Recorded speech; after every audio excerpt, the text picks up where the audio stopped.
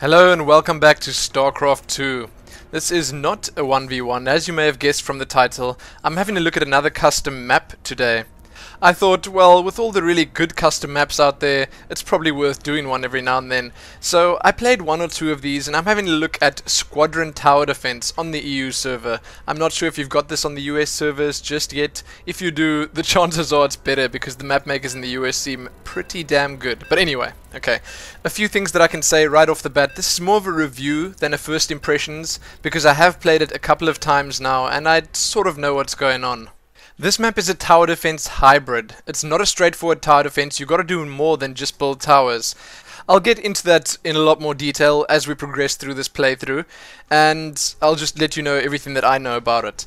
So, as you can see on the map here, you've got 4 players on each side. There's no direct conflict between the two factions here, but you're going to be sending waves of creeps while trying to defend with your own towers. So in that sense, it is a lot like Tropical Tower was from Warcraft 3, and I think that this map maker actually gave credit to the guys who made LTD in Warcraft 3. I don't know if you guys know that, but also the sort of a similar kind of thing. So I started off just by building the first basic unit that I had here, and you can also level up in this game, that's another thing, and I didn't actually do that. You can see some of these guys have these Archon builders, and I'm sitting with a Ghost. So I've got a lot more basic one, but at the same time I do feel it is definitely sufficient to be able to defend. I got my towers down. I got 1 tower at the moment. I wanted to upgrade it, but I thought to myself, okay, I'll rather just be safe and put down another one as well. So you got sort of tanking towers and DPS towers, and they sort of do their jobs as well, because if the mobs come, they do target the closest tower and they stick with it. But there's a bit of a... got a bit of a fright actually when I started the first time, because the wave came and then suddenly my towers were moving. Okay, so that was a little bit weird. It does work differently. You got to understand that from the start. You can put your towers down wherever you want in your lane. It's probably better to put them down like closer to where the mobs are actually coming from, so you can actually stop them, but they will actually start moving when the mobs come. You'll see now my towers have been unlocked, I could say, and they'll start attacking these mobs. Now the mobs will always come from that portal at the top of the map, for me at least. Then they'll run down to the right and then down again. If you look on the mini-map, they'll run towards our system, it's called. And yes, I thought I'd just remove the health bars here, because no one really needs to see that all the time. Anyway, so the mobs will, if they make it past my towers, which in this wave they didn't actually, they'll run down and try attack our system. But when you finish killing your wave of mobs, like we just did, then your mobs will run through the same portal and they'll spawn at your system. There you go, my mob spawned over there. Now they're waiting for any leaks that came through. The system is coincidentally one big Thor. So that's actually really nice that the other players can help if one player is struggling, or in this game's case, there's a bit of a difference, but in this game's case, if one player is focusing very heavily on economy. So if you just have a look at the minerals and the Vespian gas at the top of the screen, you gain minerals by killing mobs and at the start of each round as income. The gas you gain from this little SCV that you see running up and down between the command center and the Vespian geyser, I suppose. Now you have to it's so difficult to explain, because you have to keep a balance. Now you see I'm sending Zerglings through my barracks the whole time, but you've got to balance it, because the more SCVs you have, the faster your gas comes in. But then the less towers you'll have. So what we did in this game was, my girlfriend, her nickname is Misfire in StaCraft II, I don't know what her character code is, don't even ask, but she was going straight up for econ, so she didn't build a single tower, not one. She was going for that heavy gas build, dare I say, and I don't want to say hoping that we'd be able to handle it, but she was letting us basically handle all the mobs, which is quite possible, definitely doable, because we can focus, now the other 3 of us can focus a lot more heavily on getting our towers upgraded and out soon.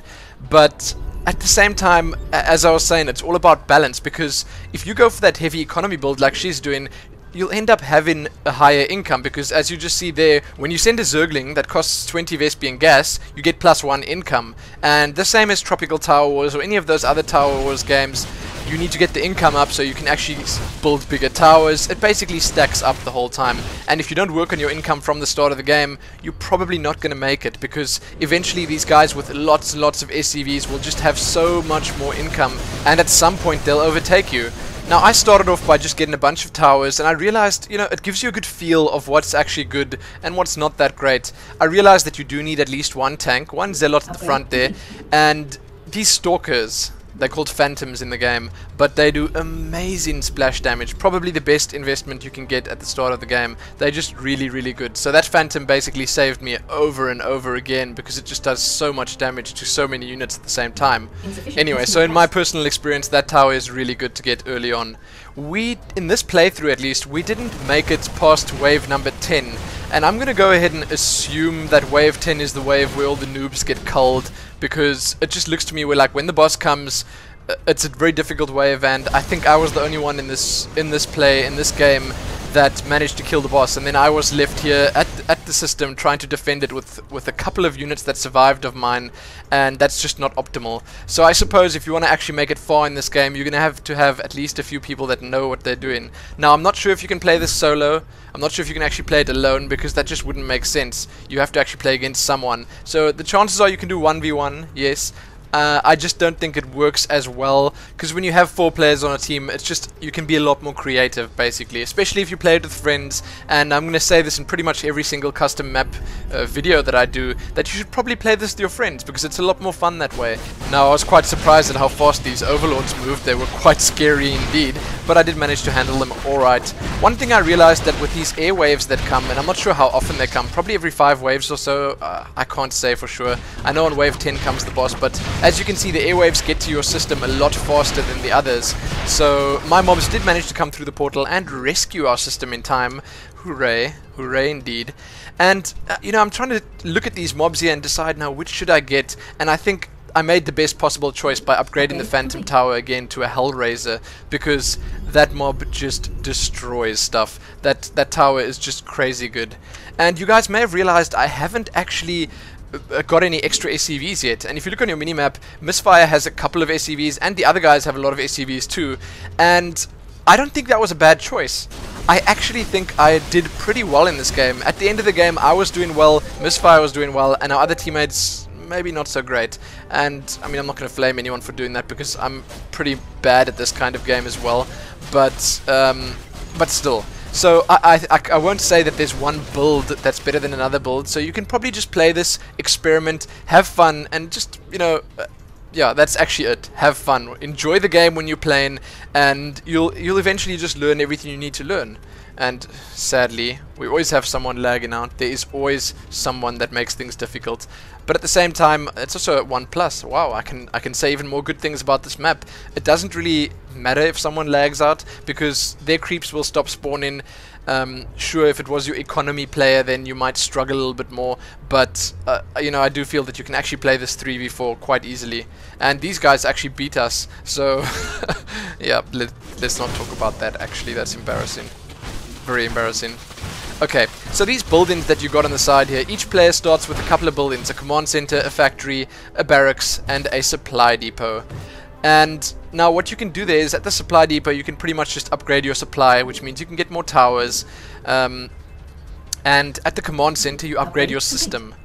Now when you go in for this economy heavy thing like Misfire was, which I just looked at there, she's got a ton of SCVs running up and down, getting herself a lot of SP and gas. She generally tends to try get the upgrades for our system. You can get attack upgrades for the system, armor upgrades, various things that just make it a little bit easier to defend. So basically your system won't just be a random Thor standing there that can't actually do anything.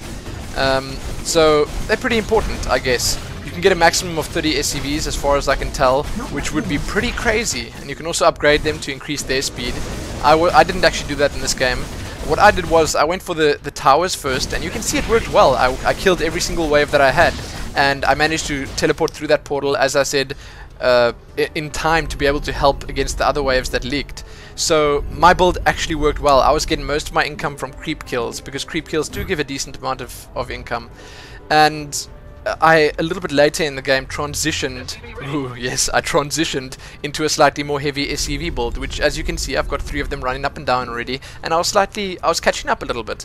You know, I was sending tiny little mobs, and not very often, like little zerglings on this wave. I suppose that's a little bit silly. Wave 8, I'm still sending zerglings, but they do give income, so why not? It's probably better to just send every single wave so you can actually get your income up. Now, when you send in mobs, there are a few more things you can think about. Like, when you send them, some of them have special abilities. I know the Immortal, for instance, which costs a lot more gas, but it does in fact boost the armor of your other units. If you send a medic, it heals the other units, the aura.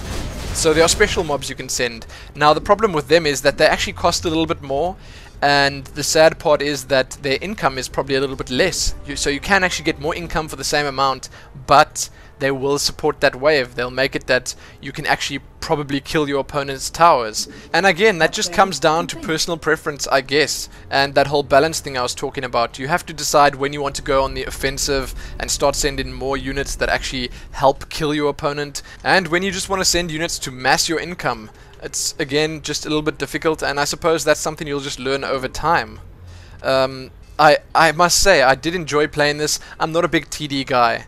I don't usually spend a lot of time in tower defense games, but because this was as unique as it was, I thought it was quite fun. I like the fact that the towers aren't just static devices that stand there, and you know what really irritates me about tower defense games is mazing. I really hate it. I just don't see the point in having to maze. Now, I suppose that's because I actually can't do it. I'm really terrible at mazing.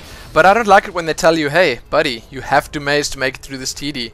Now, sure, there are TDs like that, and there have to be those, because some people want that kind of thing, but I'm just putting it out there. That's not for me. Overall, I had a lot of fun in this TD, I won't lie. Sure, we didn't make it very far. I told you we made it to level 10 when the boss came, and then we died. And I told you before that that's probably the wave that everyone dies on. It just looks to me like that's the noob Cullen wave. That's the wave that the people that don't know the game really well, the non-hardcore players, probably just all wipe on that wave. And here it comes. We're on wave 10. Dum dum dum. Not good. Not good at all. Now, one or two more things that I haven't told you yet. When you start the game, you may have realized that you can actually choose a builder. Now, I chose the Ghost Builder because that's the only one I could choose, and the way you can actually unlock more is just by leveling. By playing the game, this does save. Every game that you play, your experience goes up. You can see the experience bar at the bottom of my screen. I'm level 7 at the moment. We've actually got a level 25 guy in this game, and it seems to me like they all take the Archon Builder. I'm not sure if there are only two types of builders. I didn't actually pay attention to that, but everyone seems to pick the Archon regardless of their level, so he must have some really imbus stuff there. But I don't know, in StaCraft II I've realized that a lot of the map makers actually do try to balance their maps. Now here comes the boss. You can see when I activate my health bars for a second there, he kills my tanks so quickly, so quickly. Even the upgraded ones just die. But I did manage to kill the boss, so that is a plus. And I kept that Phantom alive, which is good. So I actually was able to support my teammates a little bit, but not 3 leaks. Not 3 leaks at all. 3 of them actually leaked their bosses. I would have been able to take, perhaps, if I was really lucky, one of them out, if they had done some damage to them, but these guys didn't do any damage to them. And there's an excuse for misfire, but there's not really an excuse for the other guys because they just weren't doing it right. Now you can see misfire quickly panicking and upgrading the weapons levels to 2, so our Thor can actually attack. But look at the chunks of health that those infestors take out of the Thor. We were destined to lose it here. Now, I didn't actually check if our opponents were dying too, but I just assumed that they had made it because it actually said we lost, you lose, and the screen is shaking just to humiliate me even further.